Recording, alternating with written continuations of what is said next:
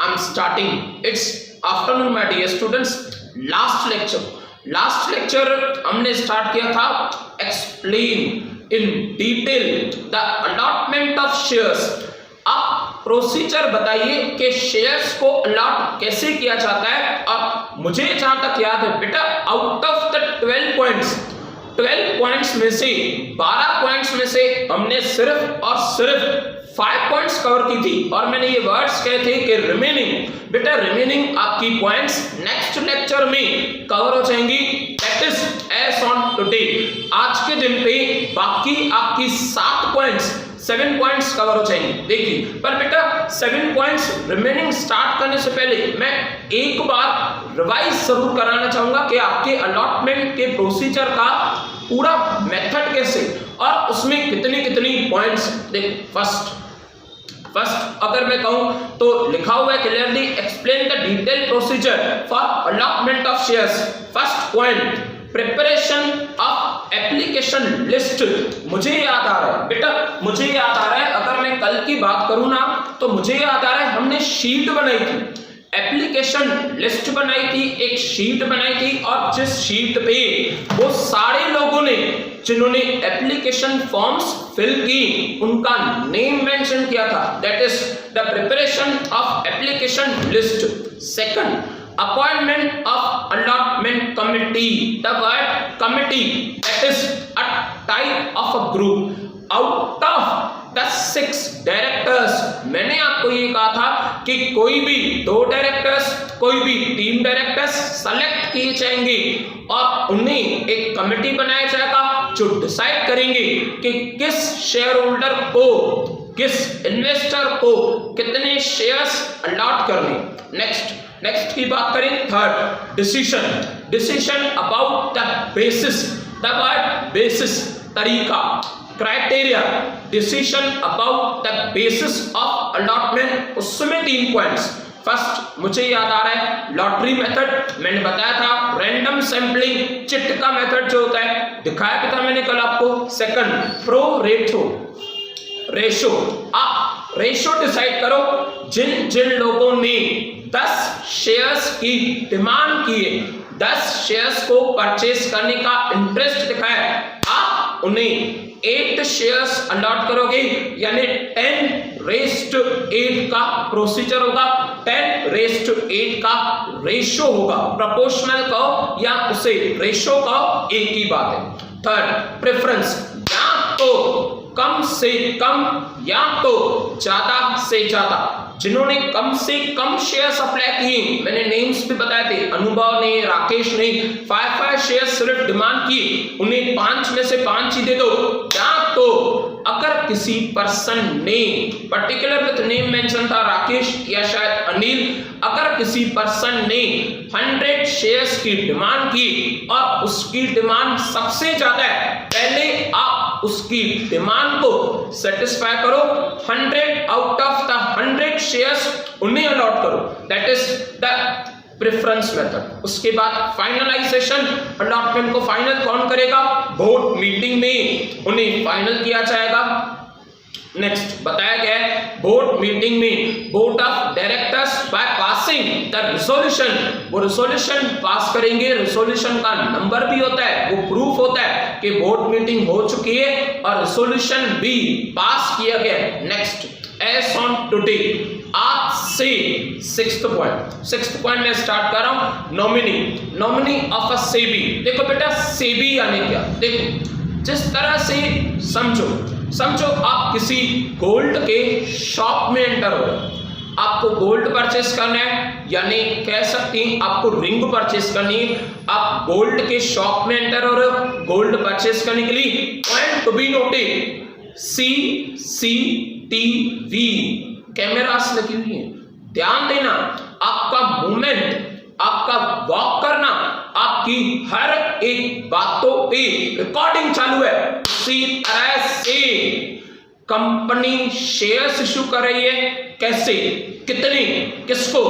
Company debentures issue कर रही है, कैसे, कितने, किसको?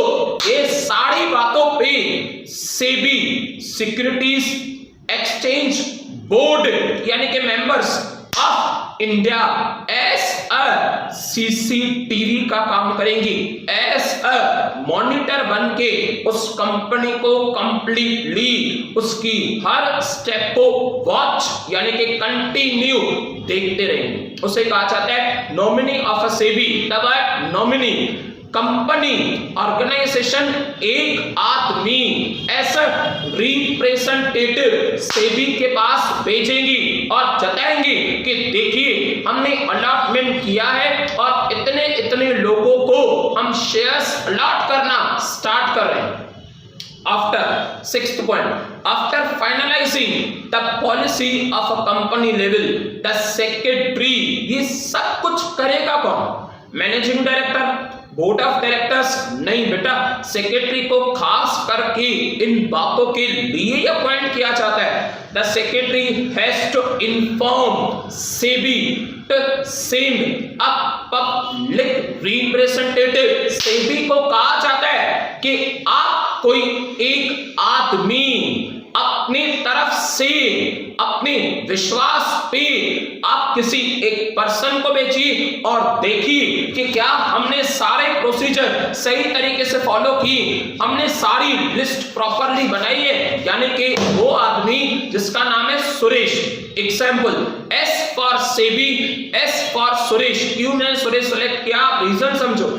S for SEBI, S for Suresh, SEBI अपने तरफ से सुरेश को अपॉइंट करेगी और सुरेश को कंपनी में विजिट के लिए भेजेगी और उस विजिट में वो सुरेश हर एक बात चेक करके आएगा। एप्लीकेशन लिस्ट बरोबर है, सही है। अलॉटमेंट की कमेटी ने डिसीजन लिया है, सही है। अच्छा, क्या बोर्ड मीटिंग हुई थी, इसका रिजोल्यूशन है, ये सारी बातें लिखी हुई हैं। यानी सुरेश ये सारी बातें देख के सेबी को इन्फॉर्म करेगा कि इस ऑर्गेनाइजेशन ने, इस कंपनी ने काफी सही तरीके से अलॉटमेंट का प्रोसीजर फॉलो किया। उसे कहा जाएगा nominee of a SEBI. Further, SEBI to finalize the policy of allotment representative is essential, especially खास करके in case of over subscriptions.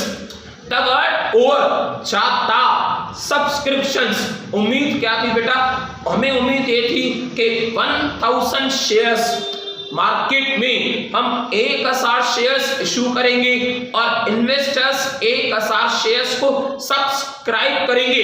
But demand कितनी, 1200 शेयर्स की, यानी 200 शेयर्स ज्यादा। उसे कहा जाता है ओवर सब्सक्रिप्शन। इस केस में कितने पर्सन्स को रिजेक्ट किया गया है, कितने पर्सन्स को एक्सेप्ट किया गया है, ये सारा प्रोसीजर देखने के लिए सेबी एक लीगल रिप्रेजेंटेटिव पर्टिकुलर पर्सन को भेजेगी ऑर्गेनाइजेशन।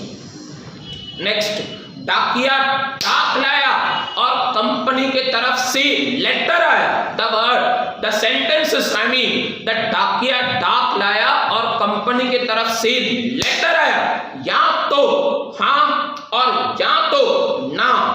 हाँ यानी यस, आपको शेयर्स अलॉट किए गए हैं। ना यानी सर, ना तो मतलब सिंपल हुआ ना कि शेयर्स अलॉट नहीं किए एग्जैक्टली, बट उसे कहा जाता है रिग्रेट, रिजेक्ट करना।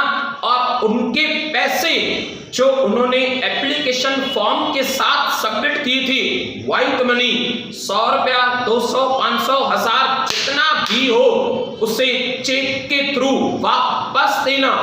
यानी अगर आप शेयर होल्डर नहीं बन सके तो बेटा आपके पैसे, आपका हक आपको वापस किया जाएगा। देखो लिखा हुआ है, issue of letters of allotment and letters of regret. The word letter of allotment, हाँ कहना और उन्हें ये लेटर के थ्रू लिख के देना। मिस्टर पंकज वाधवा को शेयर्स अलॉट किए गए 100 out of 100 shares, letter of allotment versus. अच्छा, मैं यही बात खुद पे कहूं, देखो मिस्टर पंकज वाधवा को शेयर्स अलॉट नहीं किए गए और उनके शेयर्स को रिग्रेट, रिजेक्ट किया गया, साथ में 1000 रुपीस का चेक भी दिया। तो 1000 रुपया यानी मुझे खर्ची भेजी उन्होंने, it's not the pocket money, it's not the खर्ची। मैंने जो पैसे एप्लीकेशन भरने के टाइम पे पे किए थे कंपनी के बैंक अकाउंट में, वो 1000 रुपए वापस दिए गए और मैं कंपनी का शेयर होल्डर नहीं बन सकता। रीड करो बेटा अच्छे से, फिर आपको और भी क्लियर होगा। The secretary has to make the necessary arrangements properly. कहीं ऐसे नहीं जिनको हाँ किया उनको ना का लेटर चला जाए, जिनको ना किया उनको हाँ का लेटर चला जाए, तो बेटा कंपनी बंद हो जाएगी। देखो, the secretary has to make the necessary arrangements to dispatch, dispatch यानी फॉरवर्ड करना आगे, the letters of the allotment to whom the shares are allotted. जिनको हाँ का है उनके तरफ प्रॉमिस निभाओ, जिनको ना का है उनके तरफ भी प्रॉमिस पैसों का वापस देने का निभाओ। Letters of the regret to whom the shares are not allotted a cheque, cheque white money, आपने पैसे डिपॉजिट भी बैंक में किए थे, आपको पैसे वापस भी बैंक के थ्रू आएंगे। A cheque after refund application money, मैंने एग्जांपल बताया, that is 1000 rupees is send along with the letter of regret, reject किए गए आपके लेटर्स, आपके shares. 8th one, arrangement, arrangement for the collection of allotment money. देखो बेटा इसकी meaning क्या है, सुनो। अज्यूम, आप अज्यूम करो उस बात को कि कंपनी का एक शेयर 10 रुपीज का है, 10।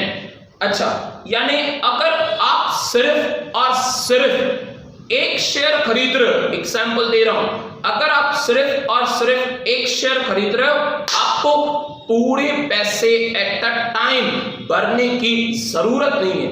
आपसे एप्लीकेशन फॉर्म भराने के टाइम पे कम से कम 5%, 10 रुपए का 5% हुआ, यानी आप समझ लो 58, एक एग्जाम्पल, 5% पैसे लिए जाएंगे।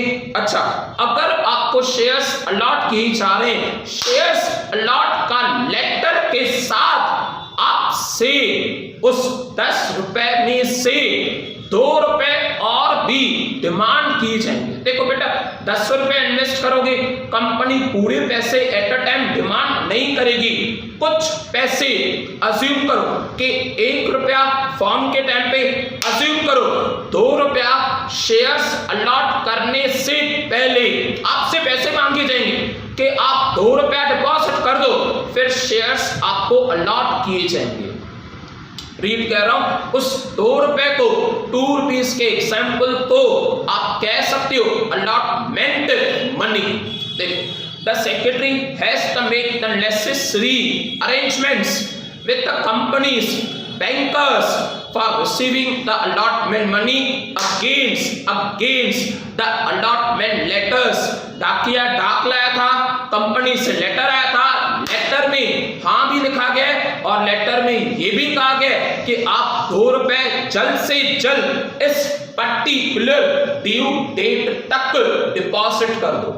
आगे, on receiving the allotment money, bank gives the acknowledgement, confirmation slip, confirmation receipt to the depositors and sends the slips to the company। यानी उस बैंक रिसिप्ट के 2 pieces, counter foil, counter foil कहते हैं उसे, काउंटर फॉइल उस depositor को दिया जाएगा जिसने अलॉटमेंट मनी डिपॉजिट की, और रिमेनिंग सारी स्लिप जिसमें अमाउंट भरा हुआ है, नेम लिखा हुआ है, फिल किया हुआ है, वो सब कुछ कंपनी में भेजा जाएगा एज अ एविडेंस के through. Next, 9th one, making the entries in the allotment sheet. देखो बेटा याद करो उस बात को, याद करो, फिर से आ जाओ, याद करो हमने एप्लीकेशन शीट बनाई थी। बेटा एप्लीकेशन शीट क्या थी, जिन्होंने फॉर्म्स दिए हैं उनके नेम्स एप्लीकेशन शीट में मेंशन किए गए।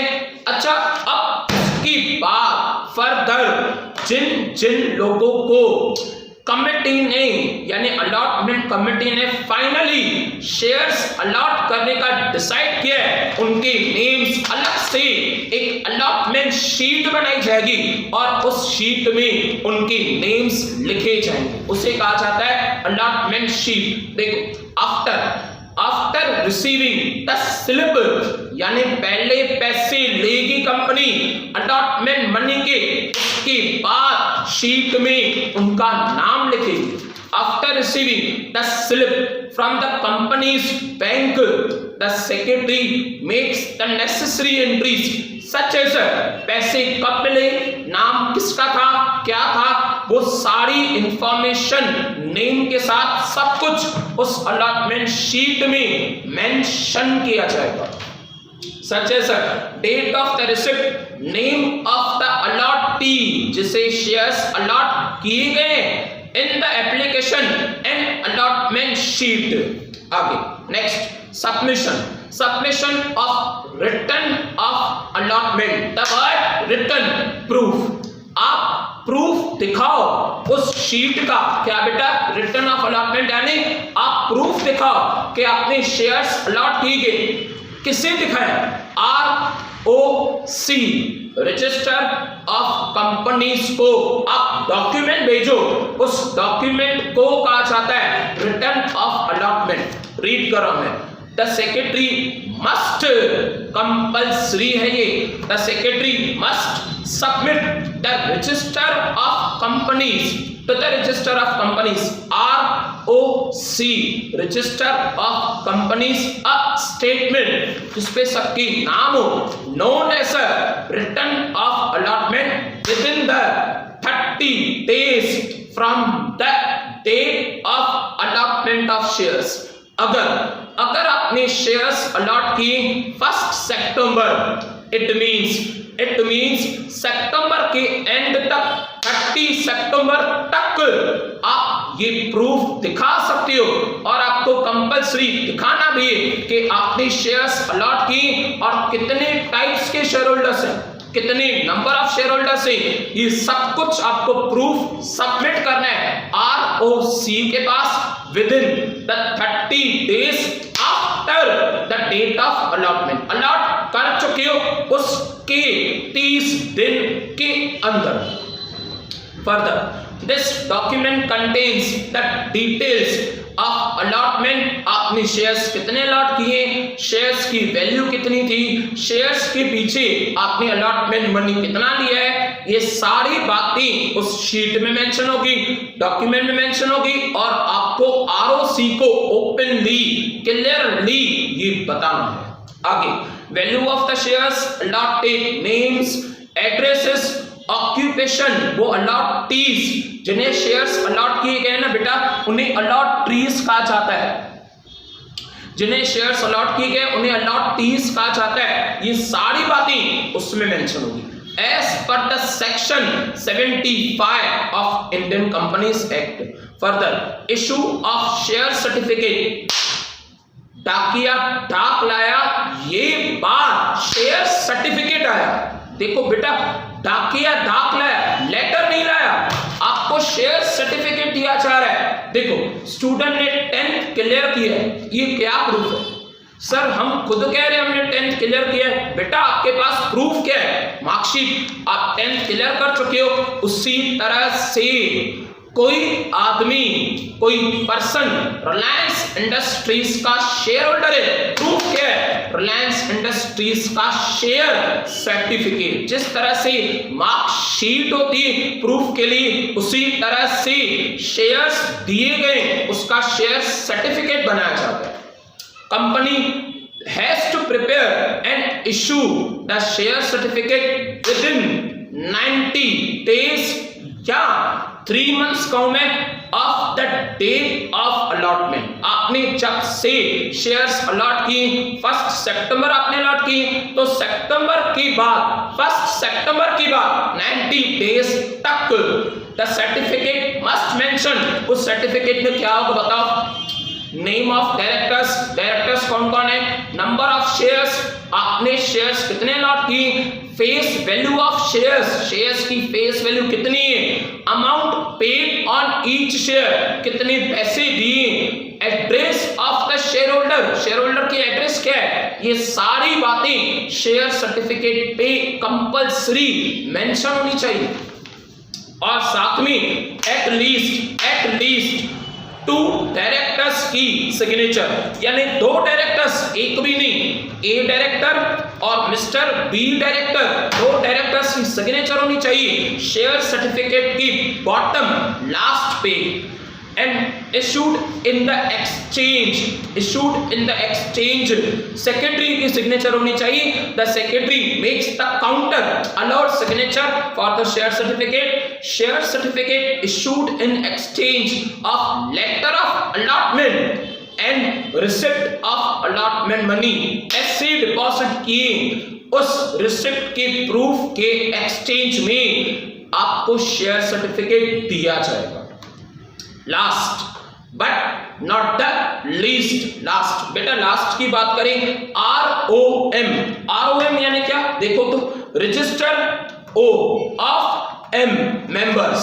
मुझे ये बताओ, सिर्फ ये बताओ, क्लास में बेटा जब आप स्कूल पढ़ते थे, याद करो, स्कूल की मेमोरीज लेके आओ, जब आप स्कूल पढ़ते थे ना, आप स्टूडेंट्स थे, आप 10th के स्टूडेंट थे, 9th के स्टूडेंट थे, सुबह आप क्लास में एंटर करोगे, प्रेयर कंप्लीट करने के बाद टीचर एक रजिस्टर देखती थी, पहले क्लास का अटेंडेंस रजिस्टर, और उस रजिस्टर पे हम सबसे पहले प्रेजेंट मार्क लिया जाता था. यस, जिस तरह से क्लास में स्कूल का अटेंडेंस रजिस्टर बनाया जाता है, उसी तरह से उस अटेंडेंस रजिस्टर कोई कंपनी में बनाया जाता है. जितने लोगों ने कंपनी के शेयर्स परचेज किए वो शेयर होल्डर्स बन चुके, and shareholders are the real members of a company. वो हमारे घर के फैमिली मेंबर्स हैं, और उनके लिए ROM रजिस्टर ऑफ मेंबर्स बनाया जाता है. उन सबकी नेम, एड्रेस, अमाउंट, सरनेम, उसके बाद कॉन्टैक्ट नंबर, ये सारी डिटेल्स उनमें अलाउ मेंशन की जाती. मैं रीड कर रहा हूं, देखो 12th पॉइंट आपकी. The secretary then prepares the register of members ROM and enters all the participants जिन्होंने शेयर्स परचेज की regarding allotment it.